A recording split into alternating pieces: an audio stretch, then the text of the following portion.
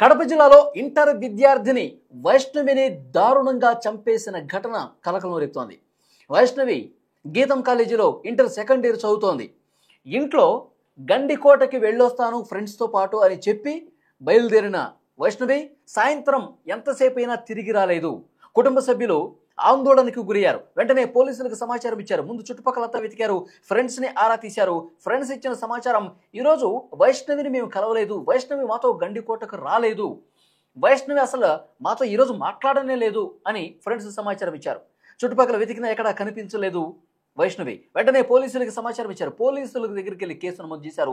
Missing కేసుగా నమోదు చేసిన పోలీసులు దర్యాప్తులో భాగంగా విచారణ చేస్తుంటే భయంకరమైనటువంటి వాస్తవాలు బయటకు వచ్చాయి. గండికోట రిజర్వాయర్ ప్రాంతంలో ముళ్ళ పొదల్లో బట్టలు లేకుండా నగ్నంగా వైష్ణవి మృతదేహం కనిపించింది. కుటుంబ సభ్యులకు సమాచారం ఇచ్చారు. కుటుంబ సభ్యులు కన్నీరు మున్నీరుగా వినిపిస్తున్నారు. తల్లిదండ్రుల ఆవేదన అంతా ఇంత కాదు. కుటుంబ సభ్యులు ఒక వ్యక్తి గురించి గత కొన్నాళ్లుగా ఆరోపణలు చేస్తూ ఉన్నారు. తన కూతురు వైష్ణవిని కూడా మందలించిన పరిస్థితి. కొన్నాళ్లుగా ప్రేమలో ఉన్నారు వైష్ణవి, లోకేష్. అక్కడ గండికోట రిజర్వాయర్ ప్రాంతంలో ఉన్న సీసీటీవీ ఫుటేజ్ను కూడా పరిశీలించారు. గండికోట రిజర్వాయర్ ప్రాంతానికి వెళుతున్న క్రమంలో ఉదయం సమయంలో బైక్ మీద లోకేష్తో పాటు వైష్ణవిని గుర్తించారు ఆ సీసీటీవీ రికార్డింగ్లో పోలీసులు. ఆ తర్వాత కేవలం ఒక గంట వ్యవధిలోనే అక్కడ లోపల నుంచి మళ్ళీ బయటకు వచ్చినటువంటి వీడియో కూడా రికార్డ్ అయింది. అప్పుడు రిటర్న్ అయ్యేటప్పుడు లోకేష్ ఒక్కడే బైక్ మీద కనిపించాడు, కానీ వెనక మాత్రం వైష్ణవి లేదు.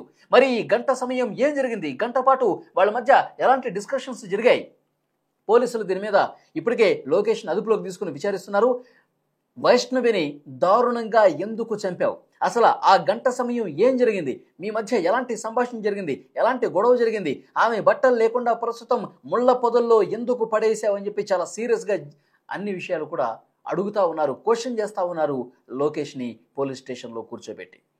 అయితే కుటుంబ సభ్యులు తీవ్ర ఆరోపణలు చేస్తున్నారు. గత కొన్నాళ్లుగా మా అమ్మాయిని వేధిస్తున్నాడు, ట్రాప్ చేశాడు, మా అమ్మాయి మైండ్ను పూర్తిగా డైవర్ట్ చేసి తన వైపు తిప్పుకొని ఈరోజు ఇంతటి అఘాయిత్యానికి పాల్పడ్డాడు, మా కూతుర్ని మాకు కాకుండా చేశాడు, మా కూతుర్ని చాలా దారుణంగా చంపి ముళ్ళ పొదల్లో పడేశాడు, వాడిని కఠినంగా శిక్షించాల్సిందే. గతంలో చాలాసార్లు మా కూతుర్ని కూడా మేము మందలించాం, వాడు మంచివాడు కాదు, వాడు చాలా చెత్త వెధవ, అతనితో తిరగొద్దు, అతనితో ఫ్రెండ్షిప్ వద్దు, ఎలాంటి ప్రేమ వద్దు, దయచేసి మా మాట విను అంటే కూడా ఆమె వినలేదు. పూర్తిగా లోకేష్ అనేవాడు, ఆ సైకోగాడు మా అమ్మాయిని ట్రాప్ చేసి గండికోటకి తీసుకెళ్లి చంపేసి పడేశాడు. అయితే అక్కడ ఆ అమ్మాయి ఎక్కడైతే ఏదైతే ఊరిందో ఆ ఊరి వాళ్ళు కూడా, ఆ గ్రామస్తులు కూడా, ఈ అమ్మాయి కుటుంబ సభ్యులు కూడా కొంత సమాచారం ఇస్తూ ఉన్నారు పోలీసులకి. వాడు జులాయిగా తిరుగుతాడు లోకేష్ అనే వ్యక్తి. ఒక బ్యాచ్ని మెయింటైన్ చేస్తూ ఉంటాడు, తాగుతూ ఉంటాడు, తిరుగుతూ ఉంటాడు, ఏ పని పాటు లేకుండా పూర్తిగా ఒక గాలి బ్యాచ్ లాగా ఉంటాడు. వైష్ణవిని ట్రాప్ చేసి కొన్నాళ్ల నుంచి వేధిస్తూ ఉన్నాడు. వాడిని చాలా కఠినంగా శిక్షించాలి. ఒకసారి వీడి వేధింపులు ఎక్కువైపోయాయని చెప్పి, మా అమ్మాయిని టార్చర్కి గురి చేస్తున్నాడని చెప్పి మేము వేరే ఊరికి కూడా షిఫ్ట్ అయిపోయాం. అయినా వీళ్ళ మైండ్ డైవర్ట్ అవుతుందేమో, వీళ్ళు మళ్ళీ మంచి మార్గాన్ని నడుస్తారేమో అని చెప్పి మేము అనుకున్నాం. కానీ ఇంకా వీళ్ళ లవ్ ట్రాక్ అనేది నడుస్తూనే ఉంది.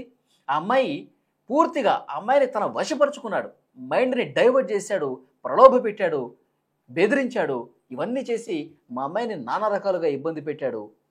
వాడిని చాలా కఠినంగా శిక్షించాల్సినటువంటి అవసరం ఉందని చెప్తున్నారు. అయితే పోలీసులు కొన్ని అనుమానాలు వ్యక్తం చేస్తూ ఉన్నారు. ఎందుకంటే డెడ్ బాడీ మీద గోళ్లతో రాకినటువంటి గుర్తులు ఉన్నాయి. అదేవిధంగా ఆ అమ్మాయి నగ్నంగా ఉంది, బట్టలు లేకుండా ఉంది. కేవలం గంట సమయం మాత్రమే ఈ బైకు ఆ గండికోట లోపలికి వెళ్ళి మళ్ళీ ఒక్కడే గంట వ్యవధిలోనే తిరిగి వచ్చాడు. అంటే ఏం జరుగుంటుంది? ఈ సైకో లోకేష్, ఈ వెధవ తన ఏదైతే బ్యాచ్ ఉందో, గాలి బ్యాచ్ ఉందో, గంజాయి బ్యాచ్ ఉందో, వీళ్ళ ఫ్రెండ్స్ను కూడా కొంతమందిని అంతకంటే ముందు, వీళ్ళు వచ్చే కంటే ముందే అక్కడ పెట్టాడా? ఇక్కడేమన్నా బలాత్కారం జరిగిందా? ఫ్రెండ్స్తో కలిసి దారుణానికి ఏమన్నా ఒడిగట్టాడా? ఆ అమ్మాయి మీద అఘాయిత్యానికి ఏమన్నా పాల్పడ్డాడా? కేవలం చంపే ఉద్దేశంతోనే గండికోట రిజర్వాయర్ వరకు ఈ అమ్మాయిని తీసుకొచ్చాడా? అన్ని కోణాల్లో కూడా పోలీసులు దర్యాప్తు చేస్తూ ఉన్నారు. ఈ గంట వ్యవధిలో ఏం జరిగింది? గండికోట లోపలికి వెళ్ళిన దగ్గర నుంచి బయటకు వచ్చే వరకు ఈ గంట సమయం పాటు ఏం జరిగింది?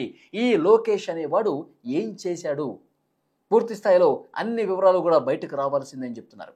ఇప్పుడు ఆ వైష్ణవి కుటుంబ సభ్యులు వారి తండ్రి అయితే ఆగ్రహంతో రగిలిపోతూ ఉన్నాడు.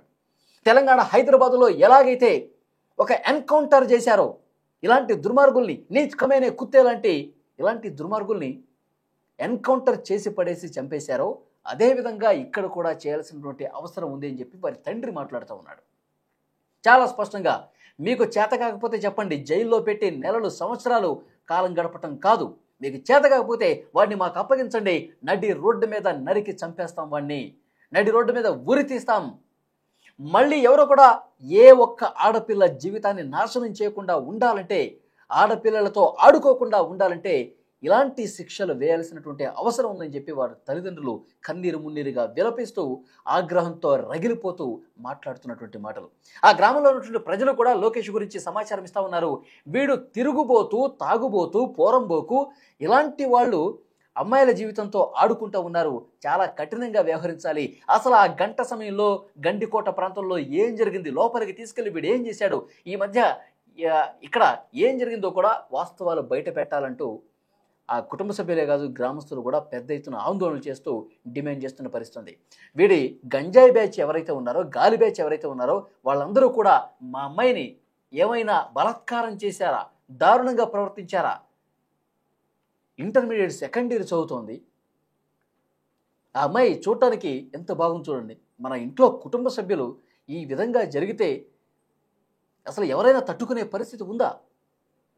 బంగారం లాంటి చిన్న చిన్న అమ్మాయిల్ని ఈ విధంగా వశపరుచుకొని గాలి బ్యాచ్గా ఉండేటువంటి వాళ్ళు చాలా దారుణంగా వాళ్ళ మైండ్ని డైవర్ట్ చేసేసి చంపేస్తున్నారు.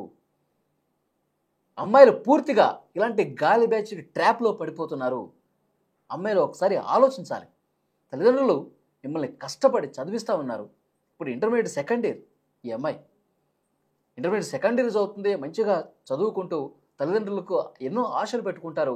ఆ ఆశలన్నీ కూడా సజీవంగా ఉంచే విధంగా ప్రయత్నం చేయాలి, వాళ్ళ పేరు ప్రఖ్యాతులు తీసుకొచ్చే విధంగా నడుచుకోవాలి. కానీ ఇలాంటి గాలి వెధవలతో తిరిగి ప్రాణాల మీదకు తెచ్చుకుంటున్నటువంటి అమ్మాయిలు ఎంతోమంది ఉన్నారు. ఇలాంటి గాలి బ్యాచ్తో తిరిగి, సైకో వెధవలతో తిరిగి తమ జీవితాన్ని నాశనం చేసుకోవటమే కాకుండా తల్లిదండ్రులకు శోకాన్ని మిగులుస్తున్నారు, కడుపు కోతని మిగులుస్తున్నటువంటి పరిస్థితి. సో ఈ లోకేష్ లాంటి వాళ్ళకి తగిన శిక్ష పడాలి అంటే కనుక వీళ్ళ కుటుంబ సభ్యులు డిమాండ్ చేస్తున్నట్టుగా చాలా తీవ్రంగా, కఠినంగా శిక్షించాల్సినటువంటి అవసరం ఉంది. ఫ్రెండ్స్, ఈ వీడియో చూసిన తర్వాత మీకేమనిపిస్తోంది? అమ్మాయిలు ఇలాంటి వెధవల జోలికి పోతూ, ఇలాంటి వెధవల మాయలో పడిపోయి ట్రాప్లో చిక్కుకుని బయటకు రాలేక ప్రాణాలు కోల్పోతున్నటువంటి పరిస్థితి ఉంది. అక్కడ గండికోట ప్రాంతంలో ముళ్ళ పొదల్లో నగ్నంగా పడిపోయిందంటే అసలు ఎలా అర్థం చేసుకోవాలి? ఇలాంటి దారుణమైనటువంటి పరిస్థితుల్ని చూసిన తర్వాత మీ అభిప్రాయాన్ని కామెంట్ రూపంలో తెలియజేయండి.